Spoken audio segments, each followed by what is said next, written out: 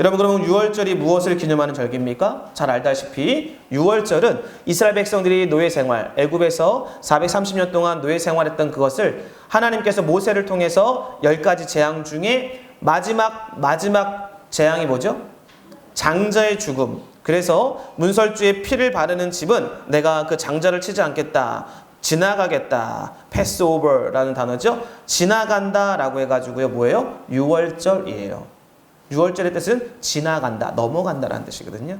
그래서 그 절기를 지키면서 뭐 하는 겁니까? 하나님께서 자신들을 애굽이란 땅에서 건져내 주신 이 사건, 하나님의 놀라운 그 주권, 인도하심, 은혜, 보호, 사랑, 이것을 기념하는 절기가 6월절이에요. 그러면은 이 유대인들이 종료주일, 우리가 말하는 종료주일, 예루살렘 성 입성할 때 6월절을 지키는 이 시기에 예수님이 그때 입성하잖아요. 하필이면. 예. 그러면 유대인들의 마음속에 뭐가 있을까요?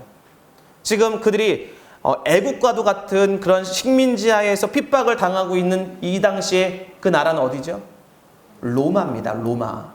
로마가 그 당시에 전 세계를 지배하고 있었고 크리스찬들을 굉장히 핍박을 많이 했었고, 그렇죠? 그러면서 그러한 로마의 핍박과 어려움 속에서, 그런 압제 속에서 마치 이스라엘 백성들이 애굽 땅에서 430년 동안 노예 생활한 것처럼 그런 식민지 생활하고 있는 자신들의 입장을 대입해 보겠죠. 이해가 되십니까? 그러면 왕으로서 예수님을 향해서 막 자기 겉옷을 펼칩니다. 그리고 종려나무 가지를 흔들면서 승리를 안겨다 주실 주님, 이분이 바로 그 다윗의 자손이다 라고 하는데 그들의 환호 속에는 어떤 마음이 있는 거예요? 로마의 식민지에서부터 어떻게 하는 거예요? 모세처럼 우리를 건져주셔서 우리를 축복의 땅으로, 승리의 땅으로 그렇게 우리를 인도하실 예수로서 지금 예수를 환영하고 있는 거예요. 이해가 되십니까? 그러니까 회중들은 역사의식 속에서 그 예수를 바라보면서 기대심을 가지고 환호성을 지르고 있다라는 것입니다. 이렇게 6월절은 민족의 해방을 대망하는 절기로서의 의미가 부여되어 있습니다. 그들의 간절한 소망은 이 예수가 다윗의 자손이요 하나님의 보내신 바로 그 메시아인 예수가 이제 우리를 구원할 거고 이 압제에서 건져내서 우리로 하여금 어떻게 하는 거예요? 진정한 자유와 해방을 줄 것이다 라는 기대심을 가지고 있는 것입니다. 무리들이 예수님을 향해 함성을 지른 이유는 자신들의 지금 고통에서부터 우리를 뭐 하는 거예요? 벗어나게 해주는 것에 대한 그 왕으로서의 그 메시아에 대한 부르짖음이 있었다라는 것입니다. 이게 바로 첫 번째 수많은 군중들의 환호였습니다. 환호 속에 담겨진 그들의 중심이죠. 두 번째 그룹이 있습니다. 두 번째 그룹 누굴까요? 군중들 말고 예수님 말고 누가 있어요? 제자들이죠. 오늘 예수님의 제자들은요 어떤 상태냐? 극도로 흥분된 상태입니다. 어마어마하게 흥분이 됐습니다. 왜냐하면 평소와 다른 예수님의 모습을 접하고 있기 때문에 그렇습니다. 제자들의 마음속에는 이 수많은 인파와 군중들이 막 호산나 다윗의 자손 예수여 라고 막 외치는 이 현장을 바라보니까 이야 막 흥분이 되는 거예요. 흥분이 됩니다. 그때부터 그들이 예수를 바라보고 기대하는 게 이제 극에 치닫게 됩니다. 예수님이요 세례 요한의 제자들과 나눈 대화가 있는데요. 마태복음 11장 2절에서 4절에 보면 이런 말씀이 있습니다. 요한이 옥에 갇혔을 때요 이 요한이 제자들에게 말합니다. 바로 저 예수라는 사람이 그 청년이 메시아냐 물어봐라 라고 했어요. 제자들이 가서 물어봅니다. 우리 스승이 당신에게 당신이 오실 바로 그입니까? 라고 물어보니까 예수님께서 뭐라고 대답하시죠? 예수님이 이렇게 말합니다. 너희가 가서 듣고 보는 것을 요한에게 알려라. 뭐라고 알리느냐? 맹인이 보고 못 걷는 사람이 걸으며 나병 환자가 깨끗함을 받으며 못 듣는 자가 들으며 죽은 자가 살아나며 가난한 자에게 복음이 전파된다 라고 말씀합니다. 이 모든 사건들을 통해서 내가 바로 오실 그다라는 것을 세례 요한에게 가서 전하라 라는 것이죠. 이 말이 무슨 말입니까? 예수님께서 사실 이거는 다 이사야의 예언된 말씀들을 다 행하신 거예요. 이사야 35장 5절에 보면 그때의 맹인의 눈이 박을 것이요 못 듣는 사람이 귀가 열릴 것이요 그때의 저는 자는 사슴같이 뛸 것이며 말 못하는 자는 혀는 노래하리니 이는 광야에서 물이 솟겠고 사망에서 시내가 흐를 것임이라 라고 이렇게 되어 있습니다. 예수님은 요한의 질문에 예언된 메시아의 그 여러 가지 것들을 이미 예수님이 하셨던 것들을 행적을 보면서 내가 바로 예언된 메시아로 온 바로 그다라는 것을 답변을 해 주신 것이지요. 제자들은요, 또 이거 외에도 예언된 이 메시아로서의 예언이 성취되어 가는 것들도 외에도 그 밖에서 예수님이 보여주셨던 수많은 기적들, 심지어 죽은 자도 살리는, 죽은 나사로를 살리는 사건도 보았습니다. 눈앞에서 봤어요. 그렇지요? 이러한 모든 것들을 보면서 제자들의 마음 가운데도요, 환호성이 생기기 시작합니다. 엄청난 환호성이 생기지요. 어떤 환호성일까요? 이 제자들도요, 예수님께서 다시 다윗의 왕조를 회복하여 이스라엘의 이 통일 왕국을 이룰 것이다 라는 그런 기대감으로 뭐예요? 대권을 향한 도전이 시작됩니다. 흔히 우리가 말하는, 좀 정치에서 말하는 대권, 그렇지요? 누가 그 대권을 잡을 것인가? 그 대권에 대한 도전이 그들에게 마음 가운데 막 극도로 흥분된 상처까지, 그리고 이룰 것이라는 확신을 가지면서 그렇게 주님을 환호하고 있는 제자들을 볼 수가 있습니다. 여러분 보세요. 예수님이요, 메시아임을 지금 예루살렘 입성할 때 제자들이 볼 때는 굉장히 지금 낯선 거예요. 그 전에 보면은요, 항상 예수님께서 수많은 기적과 이적과 표적을 행하시고 난 다음에는요, 그것을 드러내지 말라, 숨기는 태도를 취했거든요. 보십시오. 병을 고쳐준 후에도요, 다른 사람에게 말하지 말라라고 말합니다. 말하지 말라고 하면 그들이 가서 말한 것 뿐이죠. 예수님은 그렇게 가르칩니다. 높아지고자 하는 자에게 뭐하는 자가 되라? 섬기는 자가 되라 라고 말을 합니다. 한 번 많은 무리가 와서 그를 억지로 왕으로 세우려고 합니다. 왜? 오병이어 사건 터지니까 뭐예요? 야, 저 사람이 우리의 모든 의식주를 해결할 수 있는 왕이다, 왕으로 삼자. 그때 예수님이 어떻게 합니까? 그들을 피하여 다른 곳으로 도망갑니다. 다른 곳으로 갑니다. 또 제자들이 보기에는요, 이런 모든 것들을 보니까 너무나 이상한 거예요. 아, 그렇게 예수님께서 능력도 있고 인기도 있고 기회도 주어졌는데 왜 예루살렘에 가셔서 메시아 시대의 도래를 선포하지 않으실까? 그동안 그렇게 따라다녔던 거예요. 근데 지금 어떻게 된 거예요? 예루살렘 성에 입성할 때는 본인이 왕으로서 입성한 그 모습, 회중들의 그 환호성을 보니까 자신도 되게 가슴 벅찬 거예요. 이거를 위해서 예수님이 그동안 숨기셨구나. 지금 생각이 바뀐 거예요. 바뀐 겁니다. 그런데 오늘 예수님의 태도가 너무나 정반대입니다. 수많은 군중들의, 수십만 명의 인파들의 그런 환호성과 제자들의 가슴 벅차는 정말로 엄청난 큰 기대에 대해서 예수님만 반대해요. 그럼 예수님도 뭐예요? 내가 메시아다, 내가 왕이다 해서 왕으로서 이렇게 딱 짠하고 개선장군처럼 들어가야 될 거 아닙니까? 근데 예수님은 그러지 아니했습니다. 예수님의 자세는 어땠을까요? 오늘 본문에 보면은 특별한 자세는 없어요. 그런데 예수님께서 어떠한 자세로 들어갔는가 보면은 딱 한 구절이 뭐가 있냐?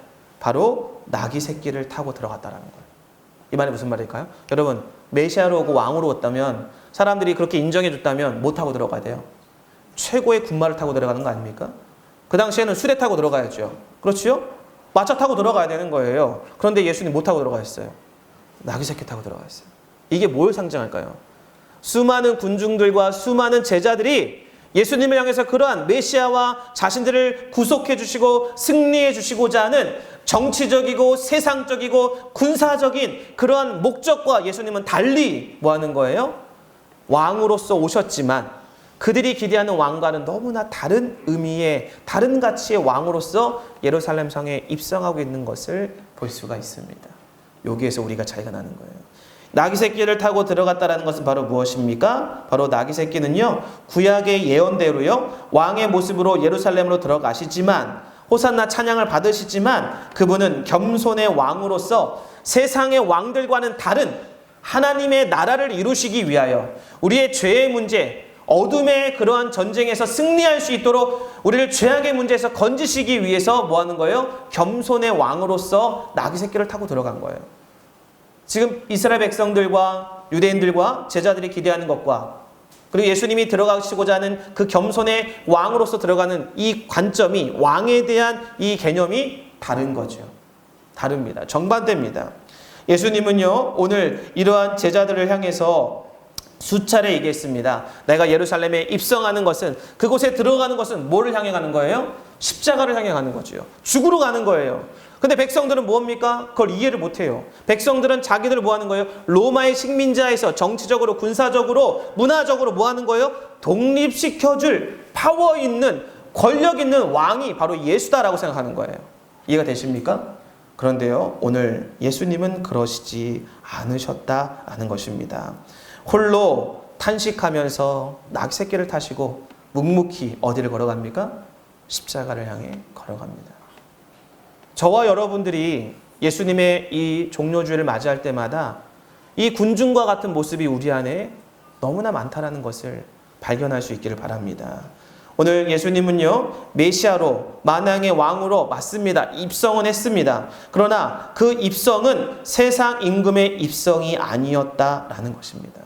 예수님은요, 분명히 하늘과 땅 아래에 있는 모든 만물을 통치하실 수 있습니다. 능력도 있습니다. 모든 나라들을 멸하실 수 있는 권세와 능력도 충분히 가지고 계십니다. 그러나 그의 나라, 예수님의 그 나라, 그분이 이루고자 하는 그 나라는 세상에 속한 것이 아니었다라는 것이지요. 그것이 바로 나귀 새끼를 타심으로 나타내주고 있는 것입니다. 나귀 새끼는요, 사람이 타거나 짐승을 치러 나르는 데 사용하는 그런 나귀입니다. 다시 말하면 겸손과 평화를 상징하는 동물이죠. 왕들은 나귀를 타야 한다요? 안 탑니다. 왕들은 타는 동물이 아닙니다. 일반 평민들이 타는 동물이죠. 그 당시에 나귀는 값은 굉장히 많이 나갔지만 왕이 그렇다고 나가는 이 나귀를 타지는 않는다라는 것이지요. 그러므로 왕이 나귀 새끼를 타고 온다? 이것은 세상의 임금들과 다른 예수님이 겸손과 평화의 왕으로 오심을 상징적으로 보여주는 매우 중요한 그러한 사실이다라는 것입니다. 오늘 이것을 스가랴 9장 9절에서 이렇게 예언합니다. 시온에 따라 크게 기뻐할지어다. 예루살렘에 따라 즐거이 부를지어다. 보라, 내 왕이 내게 임하시나니 그는 공의로우시며 구원을 베푸시며 겸손하여서 나귀를 타시나니 나귀의 작은 것 곧 나귀 새끼니라 라고 기록이 되어 있습니다. 나귀도 성인 나귀도 아니에요. 힘없고 약한 나귀 새끼를 타고 들어간 거예요. 그만큼 뭐예요? 낮아지시고 또 낮아지시는 예수님의 모습을 볼 수가 있습니다. 여러분, 예수님의 십자가 길만이 죄와 그리고 하나님과 인간 사이의 담을 막혀있는 것을, 원수된 관계를 무너뜨리시고 회복시킬 수 있음을 예수님은 아셨기 때문에 섬김을 받는 왕이 아니라 겸손히 자기의 목숨을 많은 사람들의 대속물로 내어주시기 위해서 겸손의 왕으로 예루살렘 성에 입성하셨다. 이것을 꼭 기억하시기 바랍니다. 종료주일은 바로 그러한 날입니다. 그러므로 예수님은 영광을 위해서 나아가시는 것이 아닙니다. 자신의 영광을 위한 것이 아니에요. 십자가의 수치와 고통과 죽음을 향해 나아가고 있다는 사실입니다. 그럼 왜 그렇게 했냐라는 거예요. 충분히 왕으로서 입성할 수 있고 로마의 모든 식민지를 건져낼 수 있는 충분한 권세와 능력이 예수에게 있음에도 불구하고 왜 죽으러 가셨냐라는 거예요. 그 이유가 무엇일까요? 바로 저와 여러분 때문에 그래요. 딴 이유 없어요. 딱 하나입니다. 바로 이 땅에 있는 많은 죄인들을 위해서 예수님이 예루살렘 성에 입성하셔서 십자가를 향해 죽음을 향해 걸어가고 있다는 사실입니다. 그 이유 딱 하나입니다. 그게 전부입니다. 예수님이 제자들에게 수없이 말씀했습니다. 마태복음 20장 17절에서 20절에 보면은 예수께서 예루살렘으로 올라가 하실 때에 12제자를 따로 데리고 길에서 이르시되 보라 우리가 예루살렘으로 올라가노니 인자가 대제사장들과 서기관들에게 넘겨짐에 그들이 죽이기로 결의하고 이방인들에게 넘겨주어 그를 조롱하며 채찍질하며 십자가에 못 박게 할 것이나 제3일에 살아나리라 라고 마태복음 20장 17절에 20절에 분명하게 예수님께서 제자들에게 말씀을 길에서 세워놓고 얘기했어요. 그렇지요? 그런데도요, 여러분, 그것을 이해하는 제자가 없었습니다. 그것을 이해할 수 있는 군중은 당연히 없겠죠. 제자들도 이해 못하는데요. 그들의 마음이 그러면 왜 그걸 이해하지 못했을까? 예수님이 그걸 말했음에도 불구하고 예루살렘 성을 향해서 죽음을 향해 이젠 죽음을 향해 가고 3일 있다 부활하실 십자가의 죽음과 부활을 얘기했는데 왜 제자들이 그거를 지금 수많은 인파 속에서도 여러분 울상짓고 있는 게 정상이에요. 원래는.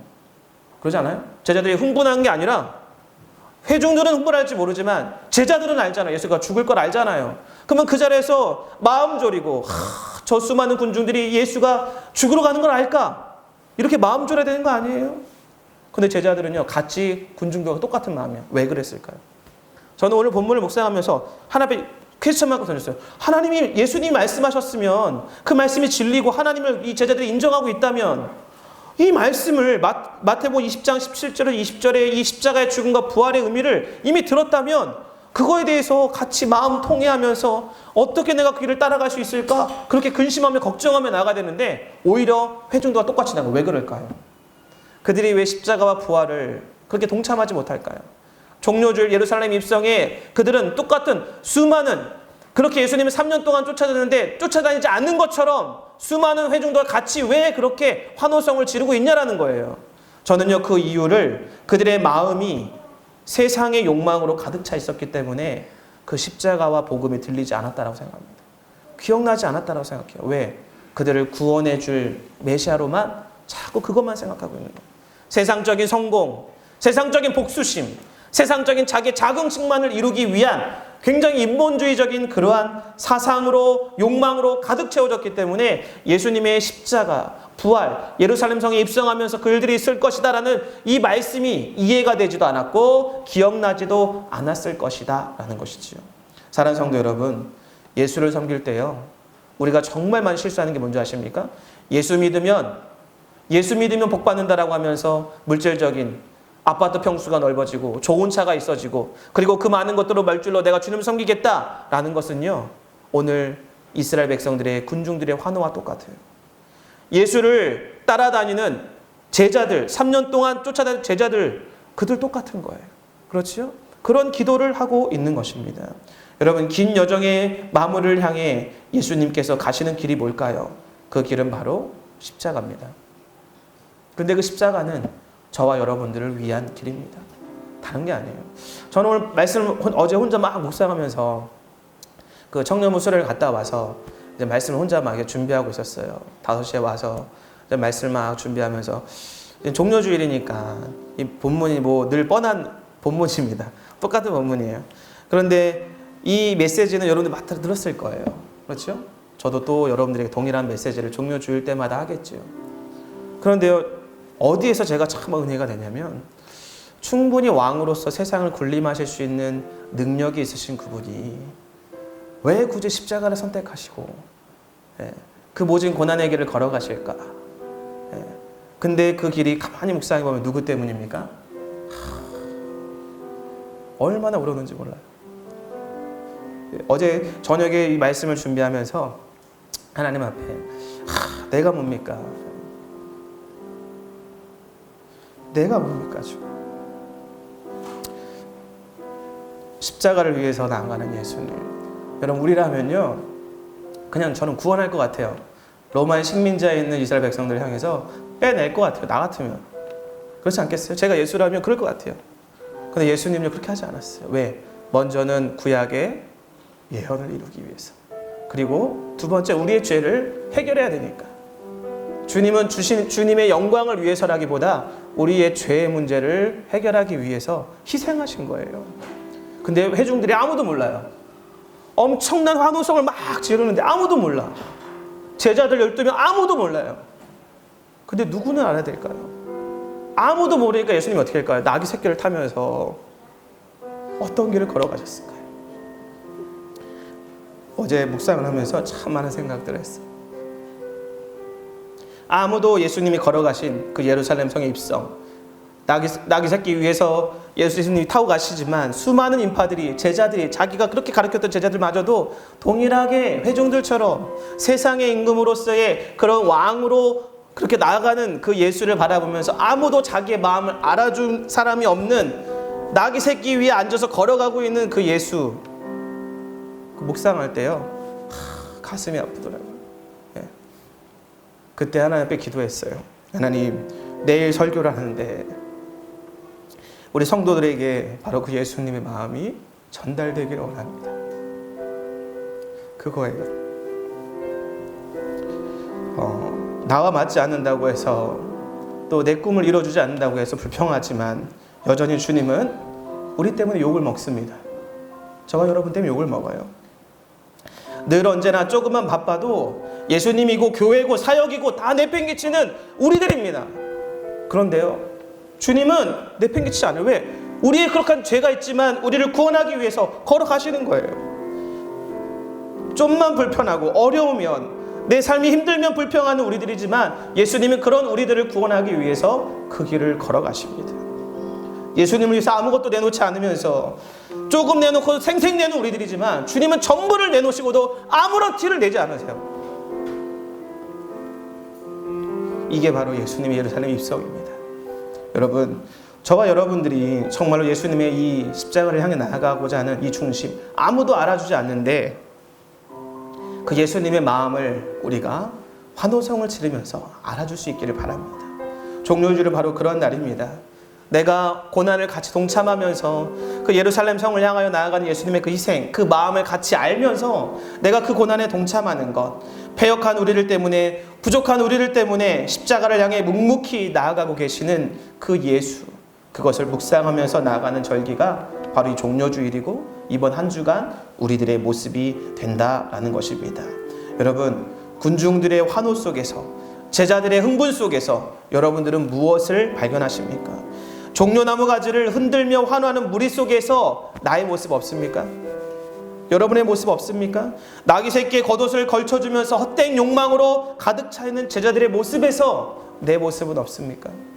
내가 예수를 믿고 따르지만 그러한 모습으로 가득 차 있지는 않은지 오늘 이 종료주의를 잘 되돌아보면서 다시 한번 우리가 높아지고자 하는 욕망, 섬김을 받고자 싶은 욕망, 물질의 회복, 세상적인 회복과 성공을 바라는 그러한 수많은 군중들과 제자들의 환호 속에서 다시 한번 내 마음과 중심이 주님 앞에 온전히 드려지길 바랍니다. 저는 오늘 종료주일에 이 말씀 꼭 하고 오늘 설교를 마무리하고 싶습니다. 마태복음 16장 24절과 누가복음 9장 23절에 보면 동일한 말씀이 이렇게 기록이 되어 있습니다. 이에 예수께서 제자들에게 이르시되 누구든지 나를 따라오려거든 자기를 부인하고 자기 십자가를 지고 나를 따를 것이니라. 사랑하는 성도 여러분, 주님을 따라갑시다. 따라가는데 주님의 의도를 알고 따라갑시다. 그것이 신앙입니다. 그게 진짜 믿음입니다. 본질을 붙잡고 그 본질을 향해 주님을 위해, 나를 위해 제 문제를 해결하신 그분 앞에 우리가 같이 십자가의 길을 짊어지고 걸어가는, 따라가는 우리 모든 성도들, 또 이번 고난주간 한 주가 되어지기를 주님의 이름으로 간절히 축원해 드립니다. 우리 시간 같이 한번 우리가 기도하실 때 우리 주님 다시 오실 때까지 찬양 한번 하나님 앞에 고백하면서 하나님 앞에 우리 동성을 한번 기도하는 시간 갖도록 하겠습니다.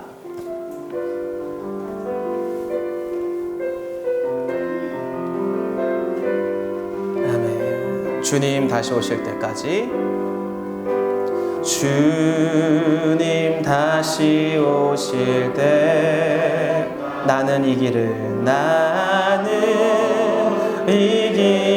가리라. 좁은 문